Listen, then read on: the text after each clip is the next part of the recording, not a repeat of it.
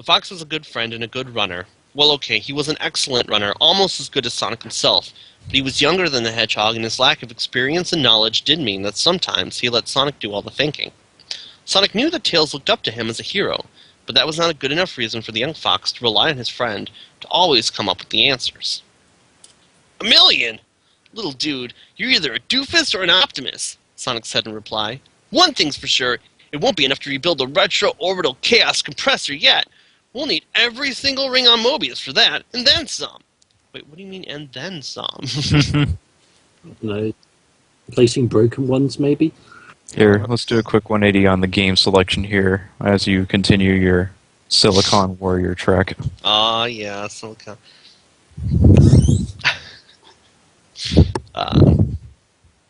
Let's see.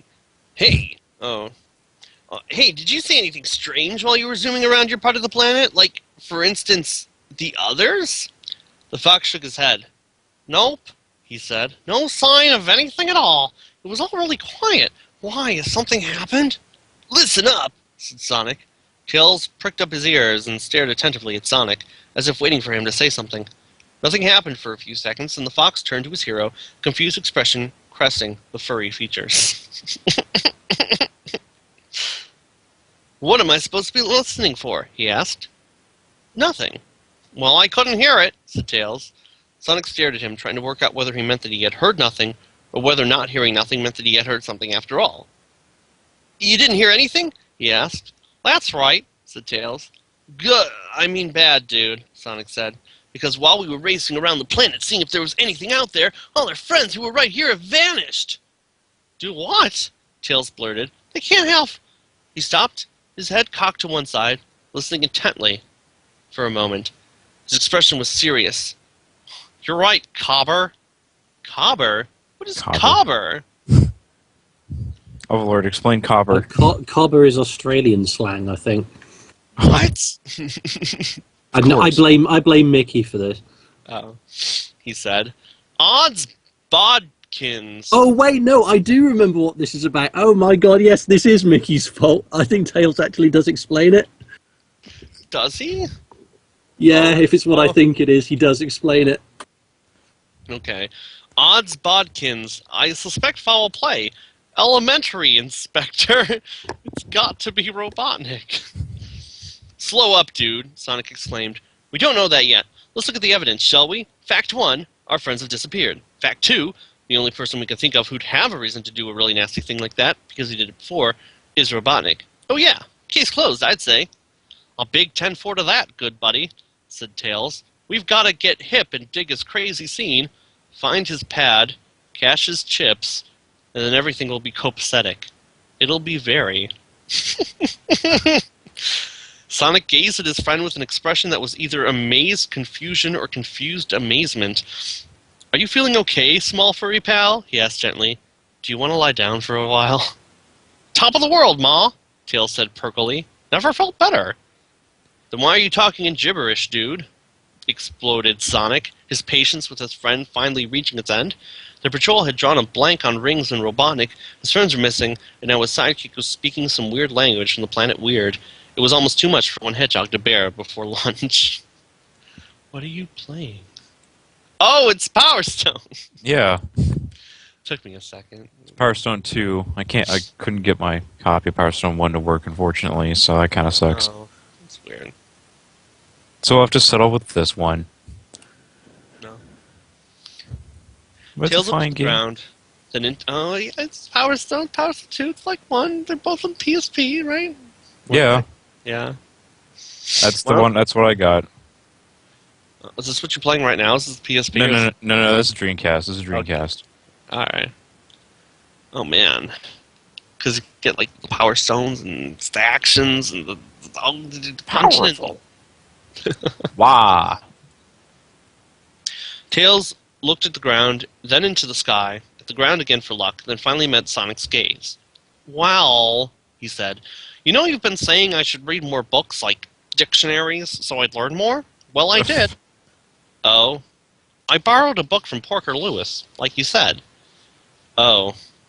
"It was a dictionary, like you said." "Oh." That's really good. It's called A Dictionary of Out-of-Date Slang. Oh, okay, you got it off Porker, not off Mickey. Okay.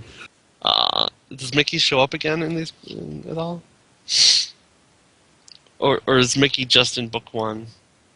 No, he does show up again. Oh! Oh, great, Sonic grated.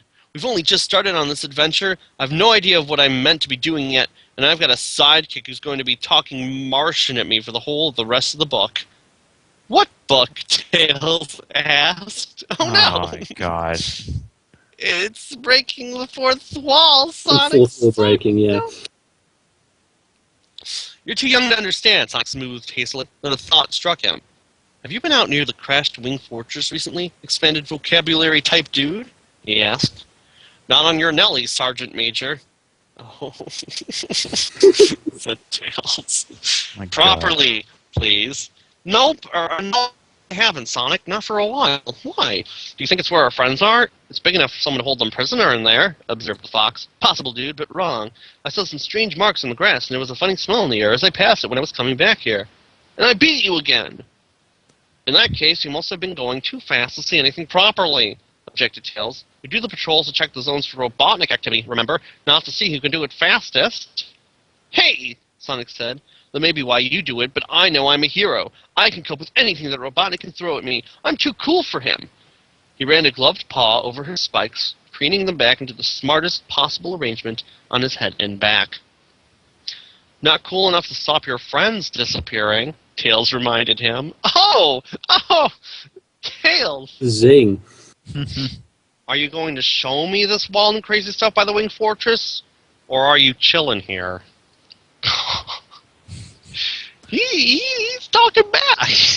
Wow. I guess by book Well- 3, Tails is done with Sonic shit. Good. Because he's, for what I recall, he's just a dick.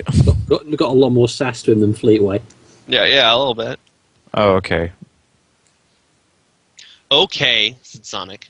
He was about to say something else, but Tails had already dropped into a running crouch, spun the twin tails that gave him his nickname for a turbo-boosted takeoff, and sped away between the palm trees. Sonic dashed after his friend and overtook him within a few hundred meters. That was not too hard, because Tails had abruptly stopped running and was staring at something that lay under the overhang of a nearby cliff. Sonic came to a dead halt and jogged back to where the fox was standing. Tails pointed at the object of his attention with one white-gloved paw. Look, he breathed. It's one of Kintobor's old computer monitors, and it's working! Sonic looked. Tails was right.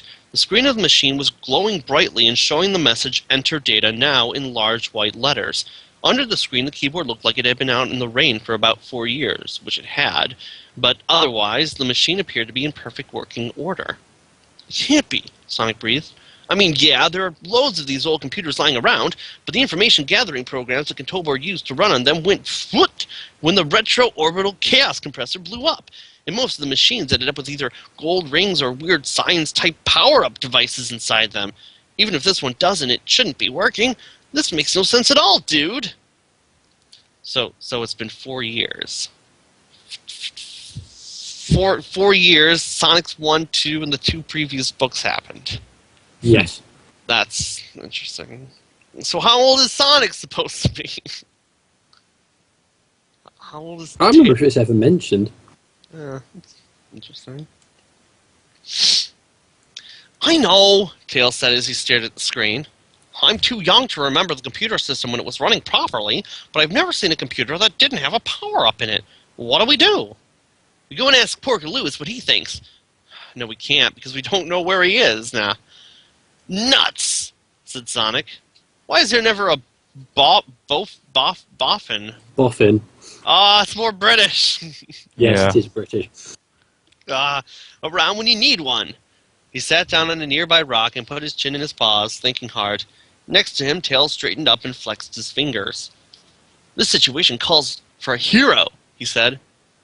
Yeah, dude, and he's sitting here, Sonic muttered, but Tails was already striding over to the computer. Sonic leaped to his feet, about to dart towards his friend and drag him back, but before he could start running, the fox bent down and pressed a button on the keyboard. The message on the screen flickered and changed. Data accepted. Analyzing specimen. It read. A thin beam of white light stabbed out of the front of the monitor and fixed itself on the tip of the fox's left ear. Tails gave a short, sharp yelp and froze solid, his mouth open and his eyes staring at the machine which held him. The beams of light whipped across his ear, backwards and forwards as if scanning it, and then moved downwards to cover the rest of his head, and then his body, arms, and legs. Sonic stood back, unable to decide whether he should sprint in to try and to grab his friend from the beam and risk being paralyzed and analyzed too, or watch to see what happened. The latter seemed safest. Besides, the beam did not seem to be harming Tails at all. The white light ray reached the toe of Tails' right foot and disappeared back into the screen. The words there flickered and changed again. Analysis complete. Accepting specimen. No!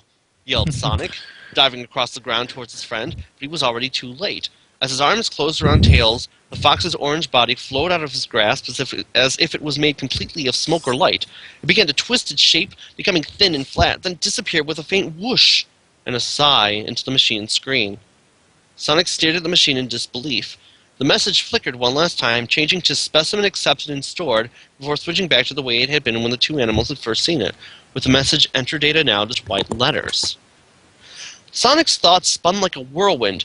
Normally, he would have smashed the computer into a billion pieces, but having seen his best friend sucked into it, he wasn't going to do anything that might damage the slim chance he had of rescuing the fox. He sank down to the ground in front of the computer monitor, being careful not to get too close. Was it a highness trap, or was the machine malfunctioning in some weird way? If he touched the keyboard, would he be sucked into it as well? Had his friends been sucked into this computer? Or were all the old monitors on this planet working like this?